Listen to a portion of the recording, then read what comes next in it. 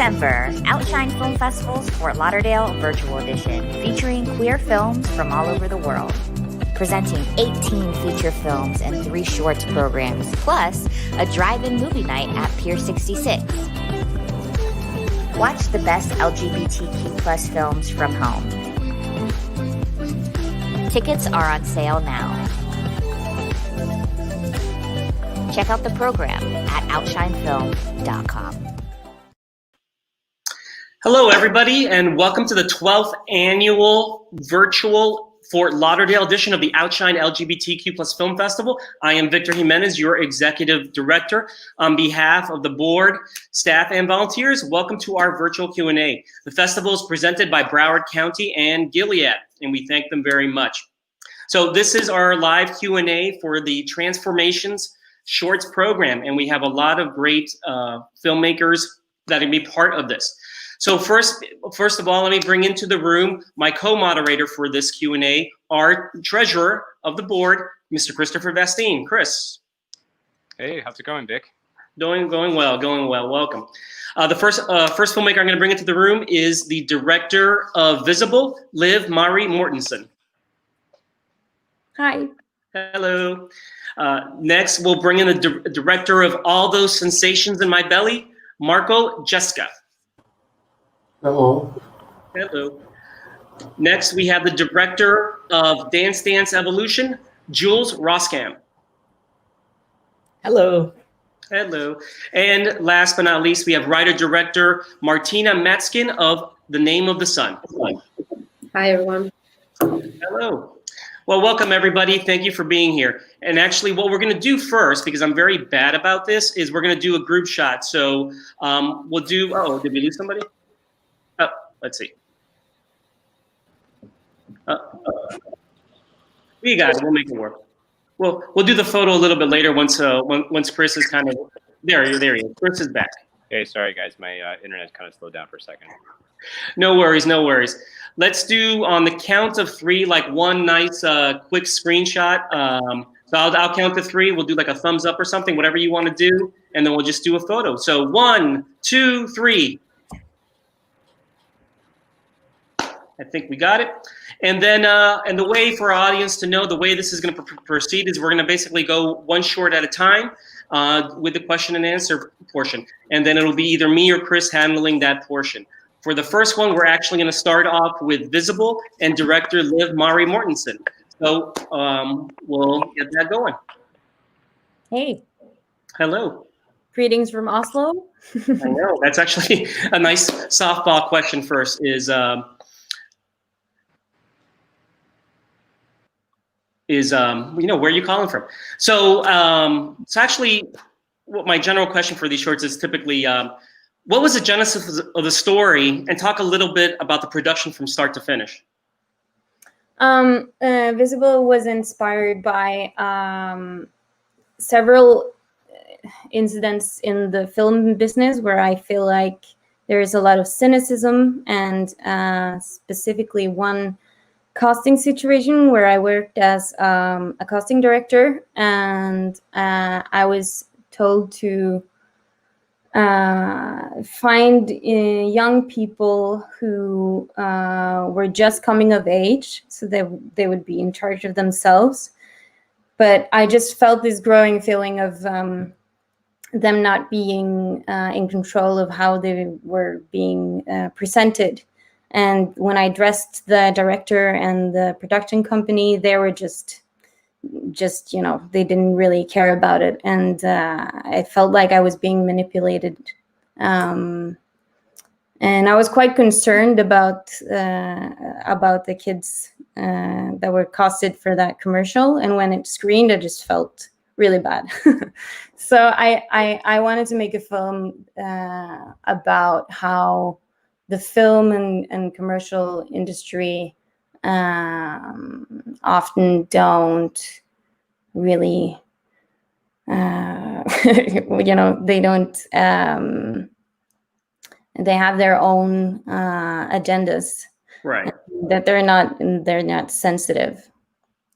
The and actually, I'm glad you mentioned it. I saw in your IMDb, background that you actually do have a very strong casting background. Did you already have Joe in mind, or did you actually cast the character of Joe? No, I casted him. He is also based on a young trans boy who contacted me for casting, and he was very keen on being an actor and being seen. And he said that he would do anything, and I just felt like that I had to be careful about introducing him into a business that maybe wasn't ready for him, even though he felt very ready himself. I actually feel exactly where you're coming from. Our drive-in film was Cowboys, and it started basically a tween trans boy was one of the main actors, and it just so happened the only person that was available for a Q&A that we wanted to do was him. But I made it very clear that though we would love you, I want you to know in advance that it's right now it's just you. The director's not there, and none of the other actors. And I not that I want him to show up and all of a sudden it's like, wait a minute, where's everybody else? Like I was very cognizant that this is a person that's a tween, early teens, and you have to be careful with them. They're not exactly fully defending. So I definitely know where you're coming from. With the character of the photographer, did she realize that she was taking advantage of Joe to get her goal, or she kind of knew what she was doing, and to her the ends justified the means because she felt her project was just beneficial? I think she starts off having good intentions or just being really keen on making good photos. But there is definitely one point in the story where she chooses not to listen. Right. And that's I think I'm really fascinated by manipulation and how some people are able to just flip the conversation and make you agree even though you don't really agree. So I think she is very ambitious and feels like she hasn't really reached her career goals, and in the middle of everything she's just too driven on her own behalf to be able to take care of his needs and thoughts. Oh, great. So Liv, we're going to bring you back at the end of the Q&A. So just hang out in the broadcast studio. And then now we're going to say thank you to Liv for now. And then we're going to bring in Chris, and he's going to take the lead on the next short film. Hey.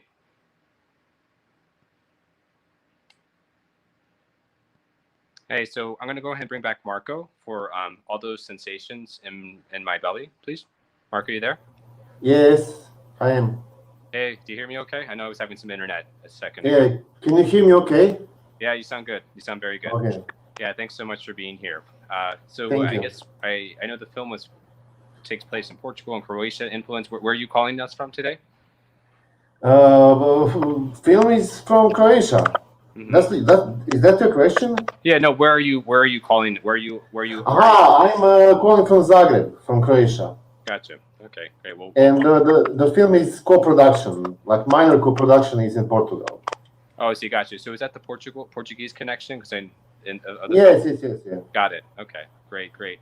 Yeah. So I have a ton of questions, obviously, but maybe I always like to open these up with kind of giving you the floor. So kind of tell us a little bit, start to finish, the process, kind of the film, like what was the inspiration, and like maybe a little bit because it's a animation, like a little bit about the process of making the film.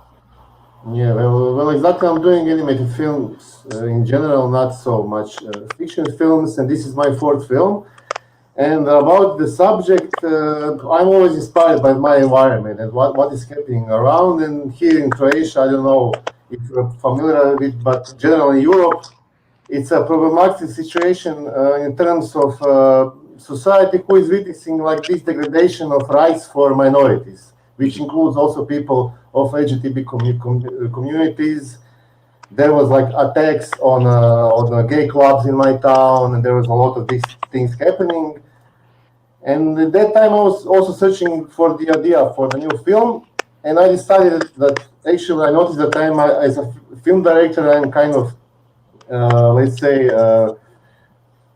annoyed by this situation, and I need to give some kind of response. And then I decided to deal with the subject of transgender, because this is like the most taboo subject in my society around me. And also, at the same time, it's very present. So there is a lot of transgender people who are like hiding, and except during these big events like Gay Pride or something like that. And then I decided to find somebody who will be protagonist of my film, and then I start interviewing people, and that's how I met Matija, and she is a transgender girl from Zagreb, and then we did the film, like from interview of her. If that sounds no, great. logic. Yeah. No, very interesting. Yeah. So you said that I guess many of your film credits are in animation. So can you talk a little bit about the process of working? Do you work with, I'm assuming, with a team of animators, and do you have to make some creative choices? Like, how does that go about? Yeah. But we in Croatia, we have this Croatian Audiovisual Center, which is like funding for films and animation, and then you can apply. And this time I applied as a documentary film, because usually I apply for animation. In the case of animation film, you can improvise your script. So in that period, I improvised some kind of script on this subject about, I imagine just kind of some transgender girl who is going through problems. Then I got the money for research, and I start to interviewing people. And then it comes to finding an animator. I found a girl to do the design, because I decided not to do design myself. And then it just started. Production took around 2 years. Altogether, animation only took 1 year. So animation is very exhausting business, and it took a long time, especially because of animation. Right. No, I can imagine. Yeah. No, I thought, and the other thing I was going to ask is I love the there's a lot of metaphors and a lot of imagery that is really quite visceral and quite powerful in it. Like I was struck by the scene, where she's kind of being chased in the club. She goes out of the club, she's kind of provocative, and then these men are coming after her, and you see them kind of transforming between people to like goblins to like really like wolves. And I'm sure that's unfortunate. I'm sure it's a similar thing, not just in the U.S., but we know that like women in general are more prone to out in public to be harassed by men, but especially when they find out that the woman is trans, that the chance of her facing that, so I thought that was a really powerful image. But to talk about the process of like kind of coming up, how did you decide to teach or use that kind of image, or any other image in the movie that you'd like to talk about? Yeah, when I start to talk with Matija, there's so many interesting things in turn to show it in animation. And that's why it's very good to have this possibility to do animation documentary, because it's half-half. Doing a document, and at the same time you are doing animation who actually replace the things that you are missing. For example, her memories or some kind of euphoric situation, or actually, I use animation to show these cycles of intense emotions like fear, disappointment, rage, unrequited love, euphoria, this kind of stuff. But in general, we decided about the scene. Then I sit together with girl designer Hannah Tintor, and then we decided how to translate this into a language of animation. How to do it visually. The things we heard from Matija saying, like her emotion during that scene in club. How to show these people, because she's also like using some substances, which we wanted to show it visually that is present, not showing her taking pills or something like that. So that was a job for somebody who is, we needed to decide the visual design and movements. Yeah, great. And any one last question, just for you. Any parting thought? Like, you know, when you're obviously an amazing film, I could ask you a bunch more questions. What any parting thought you'd want the audience to walk away with from this film? Yeah, I don't know if I can do something short, but definitely my general idea of making this film is to maybe inspire other filmmakers to do the subject like this. Maybe it's not necessary to say it here because many of filmmakers are actually doing these subjects on your festival, but generally I think there is lack of this kind of film, especially in animation. In animation I saw several films which are great, but still not enough kind of work dedicated to this subject as the others. So maybe that will be my final wish. No, great. No, I think it's a great way to end it. I mean, it's an amazing form, animation, to convey stories and especially telling trans stories. I mean, I think we've seen such an explosion of really great trans content in terms of film, even in the few years I've been part of OUTshine. And so I've really seen a really nice positive trend on that. So thank you for your work, and stick around because we'll have you back in a little bit. So thank you so much, Marko. Thank you. Yeah. And I think we'll be going back to Victor now.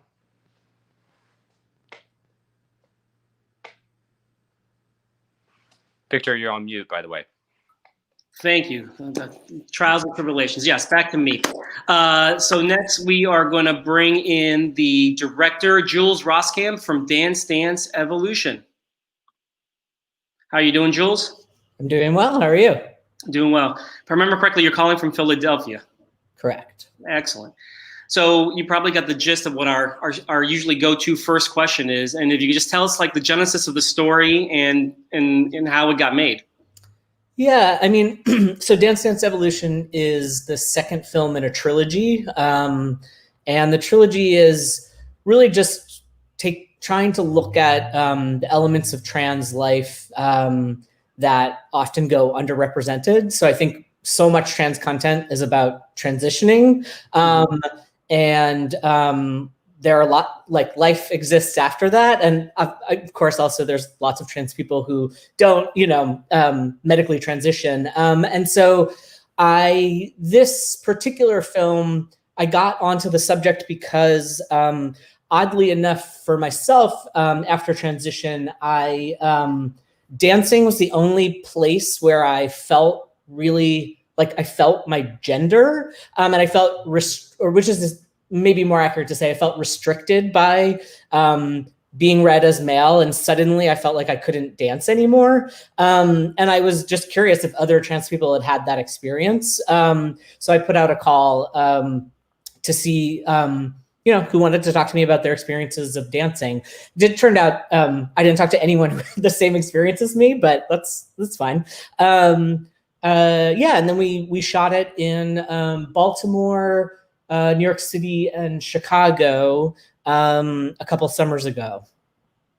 That's interesting. Yeah, I recognized Chicago on the beach scene there, but yeah, I was in the. Good to know you were in Baltimore, New York.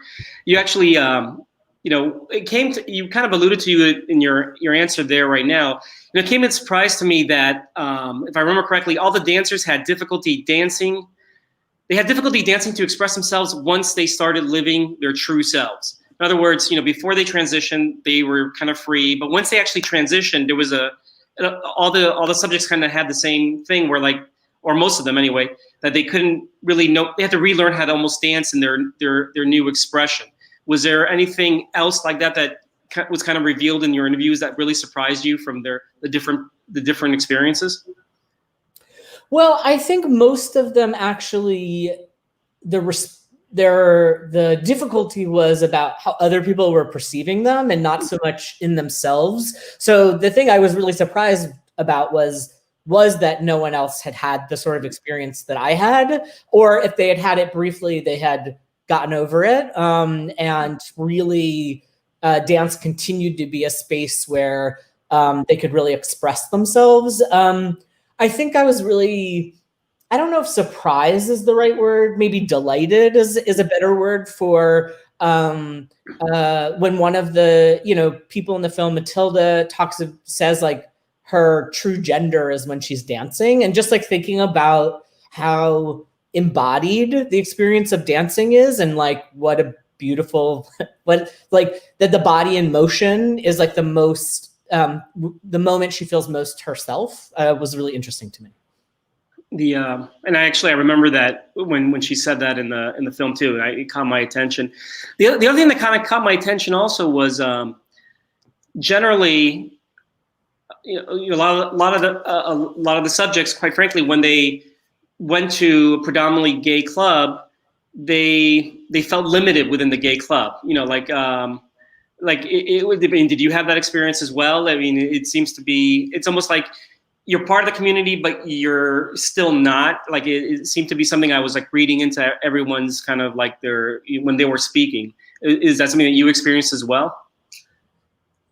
Yeah, I think, it really, I don't want to I don't want to overgeneralize, but yeah, I think in particular, being a trans masculine person and trying to navigate gay male spaces, it's gotten better over the last few years. But when I first came out, like almost 20 years ago, it was horrible. And there's a lot of misogyny in a lot of gay male communities, and the idea of trans men, like most people just didn't know we existed. If you said trans, people thought trans woman. And, over the last few years, trans men are actually like finding some representation on the screen. But yeah, it was difficult to navigate, for sure. Yeah. And then I think you kind of might have answered this already, but you did an open cast to find the subjects. Were there any of them that you knew already, or was everybody like a brand new person that you met for the first time? That's a good question. Matilda's the only person I knew previously, though we had never met in person. We just knew each other because I don't remember exactly how we got connected, but for years we had an email connection, but we'd never actually met in person. And I was living in Baltimore at the time, and she had come to Baltimore to do research for a new book.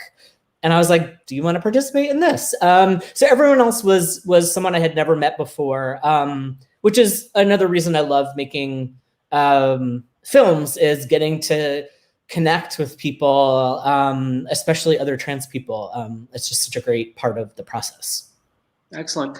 Well, thank you, Jules. We're going to go on to the next short now, but like I said, at the end, we're going to bring everybody back into the room and just kind of have more of a free-form conversation. Great. But thank you very much, and then we'll bring Chris back into the room. Hey, do you hear me? Yes, we hear you. Awesome, great. So we're going to bring back in Martina, please.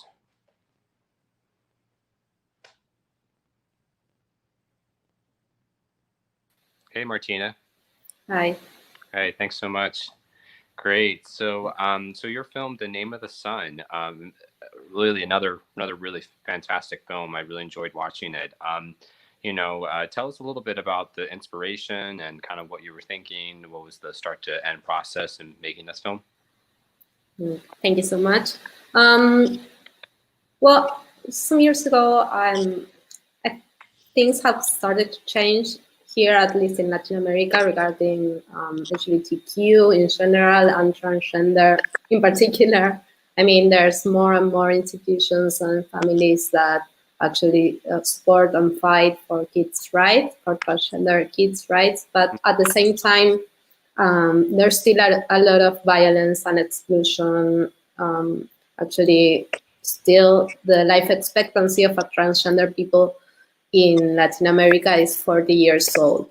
So I was thinking what happens inside these families where there's a lot of love and there's a lot of understanding and empathy, but still you are living in this society. So what kind of things happen there? So that's how it came. And we started the production. We actually got funds from the National Institute of Cinema of Argentina and from National Arts Fund. So that enabled us to start the shooting of the film. Got it. And what was the casting process like?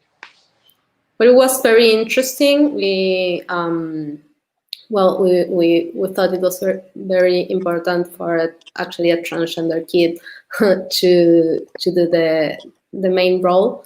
So it was very interesting. We didn't actually cast actors. That wasn't the most important thing for us. We were more interested in how he would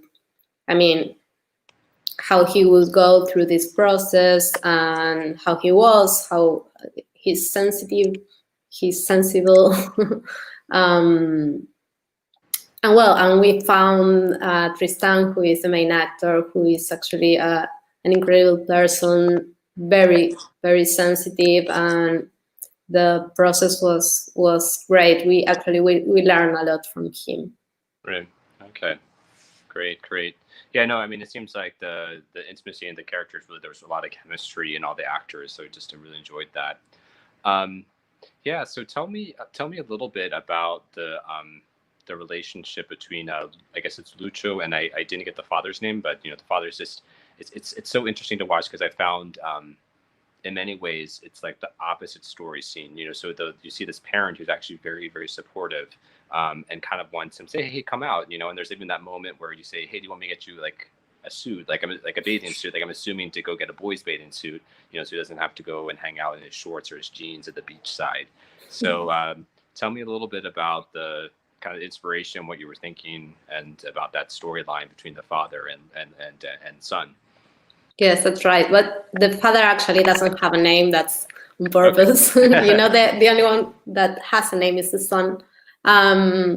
Yes, I mean, Lucho, who is the protagonist, he's actually like a little bit fighting with himself. He's about to become a teenager, and he knows the world outside it's pretty rough, and his body is changing, and there's a lot of things to fight with, but he's not able to do it yet. So he kind of needs his father's support, but it's a bit easy to fight with his father than with the rest of the world. And his father he's trying to do the good thing all the time, but he doesn't have that empathy to know what he really needs. He's just like, he's reading a book and watching videos and trying to think, but he doesn't actually get what his son needs from him. And correct me if I'm wrong, I think he does stumble once, like there's a part before the dinner scene where he says girls come in. Yes. I got that right? Okay. Yes, he's learning, he has his mistakes, like everyone has mistakes. Yes, but I believe his son understands that, because it's a mistake, but he really loves him and supports him, but that's still going on. Yeah, no, for sure. I'm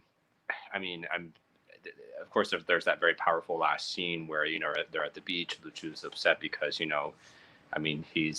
is a man, or he wants to become a man, but obviously he still has the body of the biological factors, and things are happening. He's about to start menstruating. I just thought it's so tender, that moment where they realize there's such understanding with the family, yet there's still forces out in the world that he just can't control, starting with his own body. I hope I'm not prompting or putting words in your mouth, but I'm sure that's part of the image. Is that the kind of what you were trying to express there, or was there anything else you were trying to share? Yes, that's right. Yes, we still are, I'm just talking from my part of the world, but it's still very binary, like you don't see like ads for tampons, ads for males. So yes, he's going to have his menstruation, and that's fine, but this society, it's still trying to, deal with it. And that's the first time they actually go to the sea, and you can hear the sea and the wind, and it's this time of the day where you don't know if it's day or night, and nature is just there, like moving things. Right. And yes, that's what we wanted to tell. Yeah, great. And any last, I always ask this question, any last parting thoughts that you'd want to have the audience take away from your film, or any last message? I don't know. I think maybe it's a bit naive, but I think it's like empathy. It's really important that you really, really need for some times of your life. You really need empathy and love. It's really important to fight with, that much violence that still exists. Great. Well, thank you so much, Martina. Definitely don't go away. We'll have you back in a minute, but I'm going to turn it back, I think, to Victor. Do we have one more film? Thank you. No, we're good. Martina, we're actually going to bring everybody back into the room now because, yeah, we went through all the individual questions and answers. This is now going to be more like an open discussion with all the different the filmmakers, or just general comments to everybody. And then one thing actually I do want to say, and just kind of just point out, usually in my experience, been doing the film festival for a while now, there's usually like a general flow, like where all of a sudden, like one year there seems to be a repetitive themes across different films. And I've noticed this year with a lot of our film selections that, especially in the trans films, there's been a lot of, and actually also just for the gay and lesbian films as well, there's been a lot of supportive parents and understanding parents, and I think it's been like a good thing, where it's not the old thing where like the big blow up with the family and the kid may be homeless for a while. Like I want to point out, like there's been a very just positive showing of familial support, and it's a common theme that I've just been seeing in a lot of our films this year, and especially for this specific virtual Fort Lauderdale edition that we've had. And it was very touching. The all that, the kind of cure, the and also the other thing I want to point out in specifically to the transformations program and just trans films in general, is the very concerted effort to actually cast trans actors in the roles. I mean, all of you did it in all our films, our feature-length films. It was done the same, and it is a much improved situation than it was even a few years ago in that type of scenario.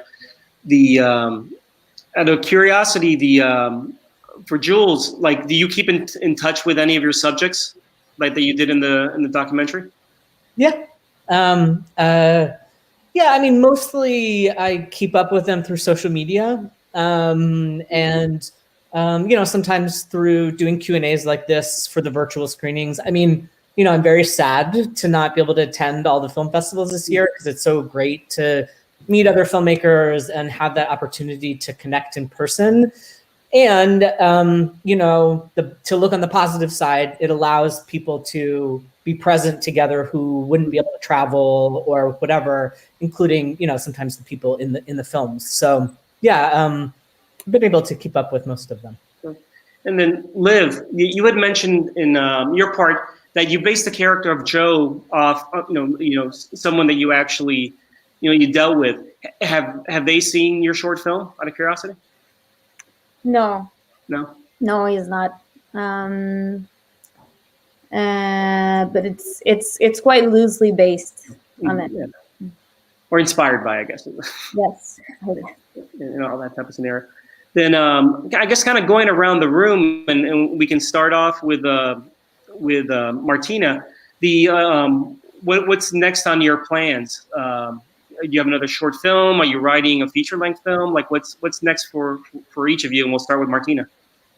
Well, I was actually filming a documentary, but we had to stop because of what happened. So we hope likely we can start again. And as it is a documentary, we don't actually know how that's going to change. And we are developing a new project, actually with the same actor of this short film, Tristan Miranda. Okay, excellent. What's the subject of the documentary, or if you can say? If you can, I understand. It's kind of hybrid but it's more like a documentary. Yes. Okay. What about you, Marko? I'm not having plans for next animated films, at least not in next year. I'm doing comics mostly. But yeah, about your last question, then when you mentioned the protagonist of our films, for example, Matija, if I can just say that, I think it's very important to have this support from families. In her case, she got a big support from her mom and family.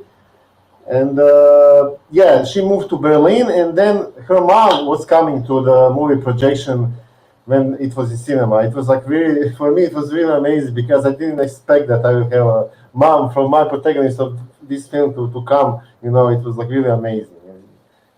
Yeah. Marko, out of curiosity, because actually I read comics and graphic novels. Do you have any of yours that have been like translated into English? Like what's the comics you're working on?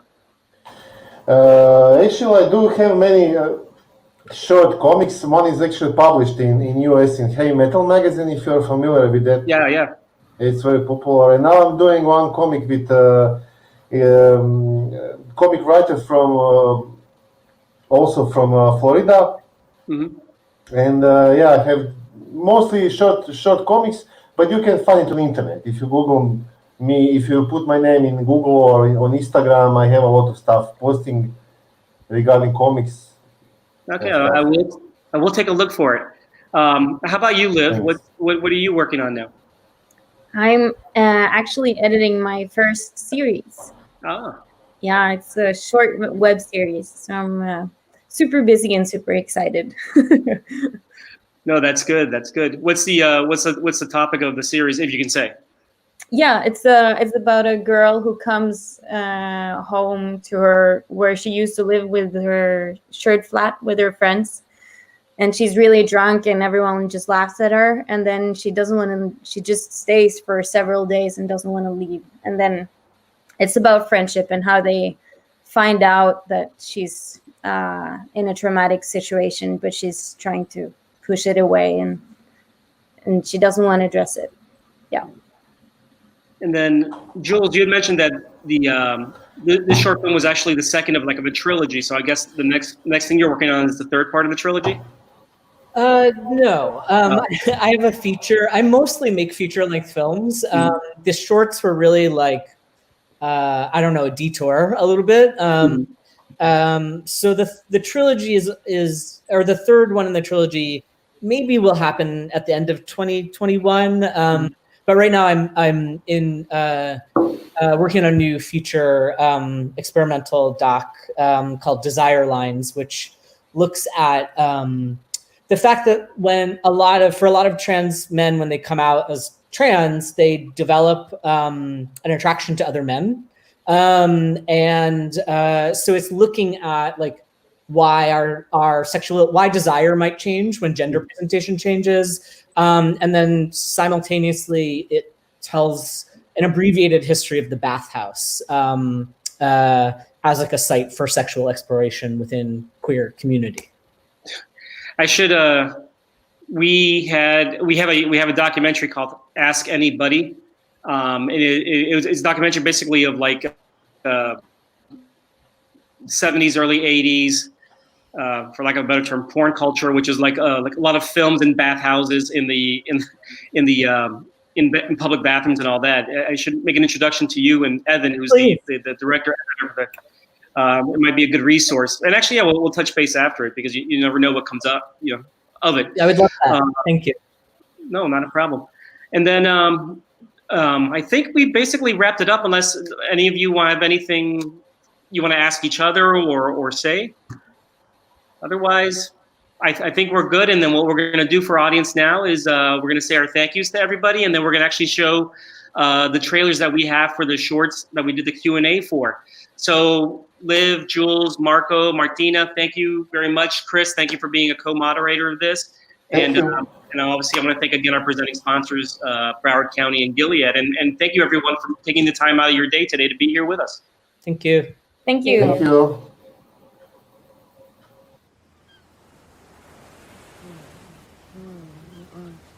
Is that the beat gonna drop? Yep.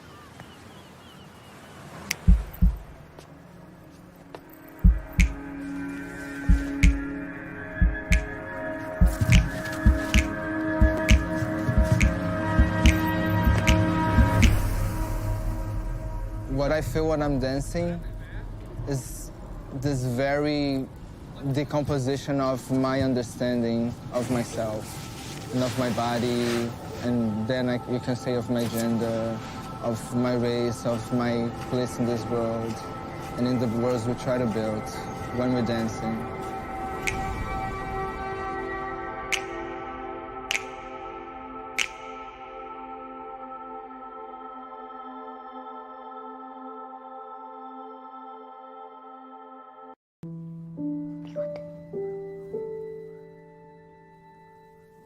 ¿No te gustaría dejarte de nuevo el pelo largo? ¿Por? No sé, te quedaba lindo. El hermano de Aus tiene pelo largo y se hace colita.